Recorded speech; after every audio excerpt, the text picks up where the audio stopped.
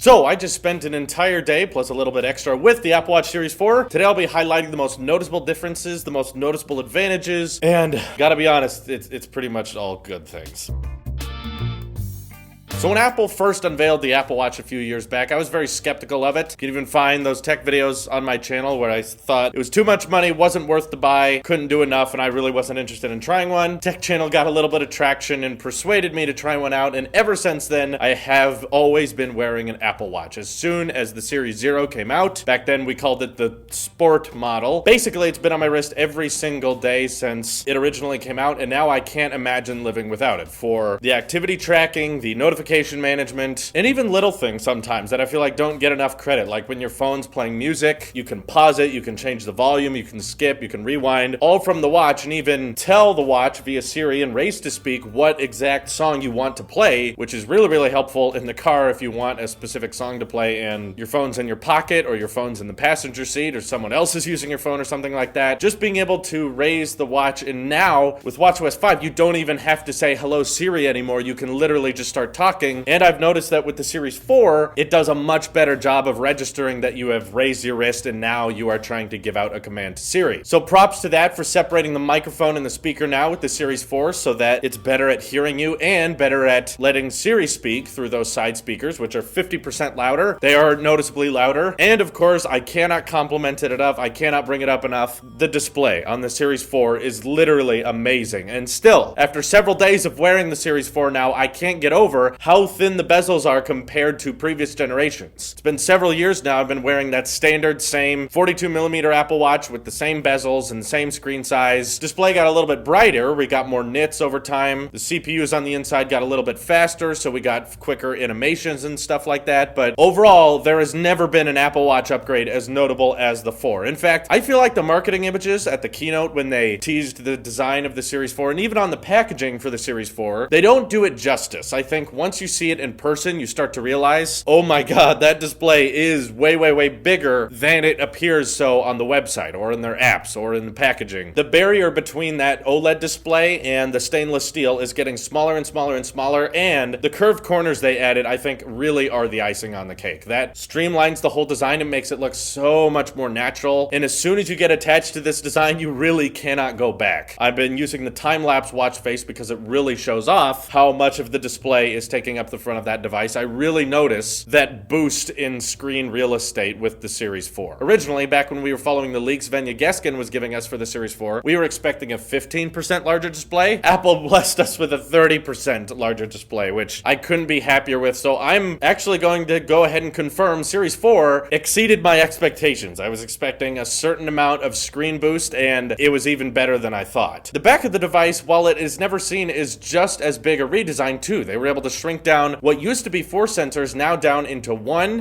that turns green when it wants to check your heart rate, because that's how they get the light to bounce back, and that's how they can measure your heart rate, make sure you're okay, and make sure you're healthy. And also, like they mentioned with the Series 4, give you warnings if your heart rate gets too low or too high or too irregular, and alert you if you're having a problem, potentially saving a lot of people's lives. And don't treat that as a gimmick, because there have been plenty of instances over the last few years of people owning Apple Watches where that heart rate alert has warned people that a heart attack was imminent or a heart attack was incoming. And if you want to look up what the most deadly disease is in the US, it's heart disease. So being able to track that, research that, and warn people that they're in trouble before the actual cardiac arrests start happening is really, really important for health and is going to save, I think, potentially hundreds more people's lives. And they're expanding that life-saving potential with fall detection on the Series 4. So now, if someone falls over and they have fall detection turned on and they realize you're inactive, it will start contacting emergency services immediately, which basically means life alert, except you don't have to press the button, and it looks a lot cooler than life alert being just a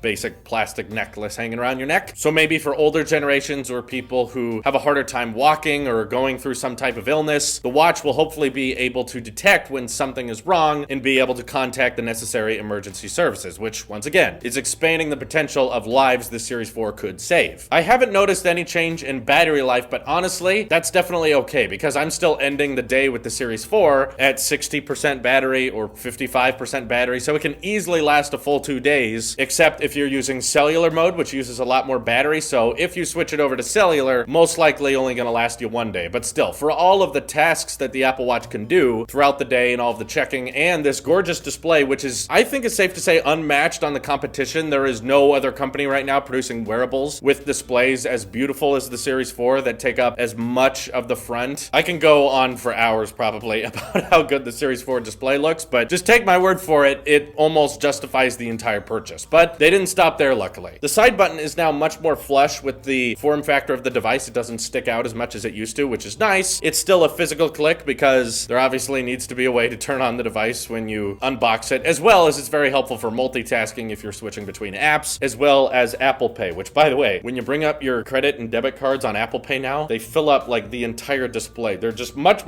more noticeable. Just every part of watchOS feels brand new now because of how much screen real estate you have on the same form factor with the 44mm Series 4. Regardless though, when you scroll now with the digital crown, you get this very subtle, very light haptic feedback that's noticeable in a really nice touch on a familiar design and UI approach. So the digital crown I thought was one of the most innovative ways to make it easier for Apple Watch users to scroll through messages or scroll through settings and not have their finger cover up the display. The crown was smart in a lot of ways, while also doubling as the Siri button, the home button, and clicking both of them can enable screenshots. But adding that tiny little haptic feedback I think is really satisfying and gives it more of a mechanical watch feel that I think most people are going to like, though Apple provides the option to turn it off if you don't like it, which I'll add was very bizarre when you're scrolling through the Series 4 and you've got haptic feedback turned on the watch and you just turn it off and then you start scrolling and there's no feedback. It's just bizarre, but Apple knew people really liked the haptic engine in the Series 4, so they said, okay, let's expand on that, let's make it even better. Overall, the Apple Watch is a tiny bit thinner than the Series 3, so while the form factor might be a little bit wider and a little bit larger overall, the fact that they're still letting you use your old watch bands is great because I feel like the total Apple thing to do would have been, nope, your old watch bands don't work anymore, gotta buy all new ones, $50 starting price. That totally feels like a Steve Jobs era thing to do, but luckily they didn't do that with the Apple Watches, and I'm hoping they never have to do that. But I will add that the new screen resolutions kind of confuse the entire lineup and accessories of watch bands now, because 42mm watch bands support the 44mm Apple Watch, but now Apple's selling watch bands that say 44mm, but that's no different than 42. So in the third-party game, now all these watch band manufacturers are going to say this supports 40 and 38, and this supports 42 and 44, and it's just a lot of numbers to have to remember for the general consumer. As a techie, it's not very complicated for me, but to the people who aren't watching tech YouTube videos and stuff like that, it gets a little bit complicated when you're like, wait, which watch band works with this one says 42, does that work on, yeah, okay. I feel like maybe they shouldn't measure Apple Watch bands with the screen resolution, given maybe when Apple finally develops micro LED and is able to embed micro LED technology into the Apple Watch, perhaps that could be the Series 5, Series 6 new feature, is that the display goes even further to the edge and they remove what little bezel there is left and go right to the stainless steel. Then they're going to have to change the millimeter rating again, and then you'll have another number of watch bands to remember. So I feel like they could arrange that better and just maybe call the watch bands, you know, small, large, or normal, and a little bit bigger. I don't know. The real question, though, at the end of the day is, what are they going to do next year? The ECG app is on its way. It's not out yet, but you're going to be able to take an electrocardiogram from your watch, which has never been possible before, and I feel like maybe they should have waited for the 5 so that we had something to look forward to, so we had some kind of update that's noticeable. But I guess the one weakness of the Series 4 is they did raise the price a little bit, so it is kind of a more expensive smartwatch starting at $400. So maybe next year, instead of working on another redesign, they can just focus on trying to make this cheaper and more accessible to more people. Maybe work on a budget version made of cheaper materials, kind of the Apple Watch 10R approach with liquid retina LCD. No, that would suck. But Apple's good at making things controversial, so maybe that'll happen. Either way, though, I'm really enjoying the Series 4. There's only so many ways I know how to say that. Do you have one on the way? What are you most looking forward to? And if you're on the fence on the Series 4, let us know why down in the comments below. This is your Apple Sheep here, and I'll see you in the next one.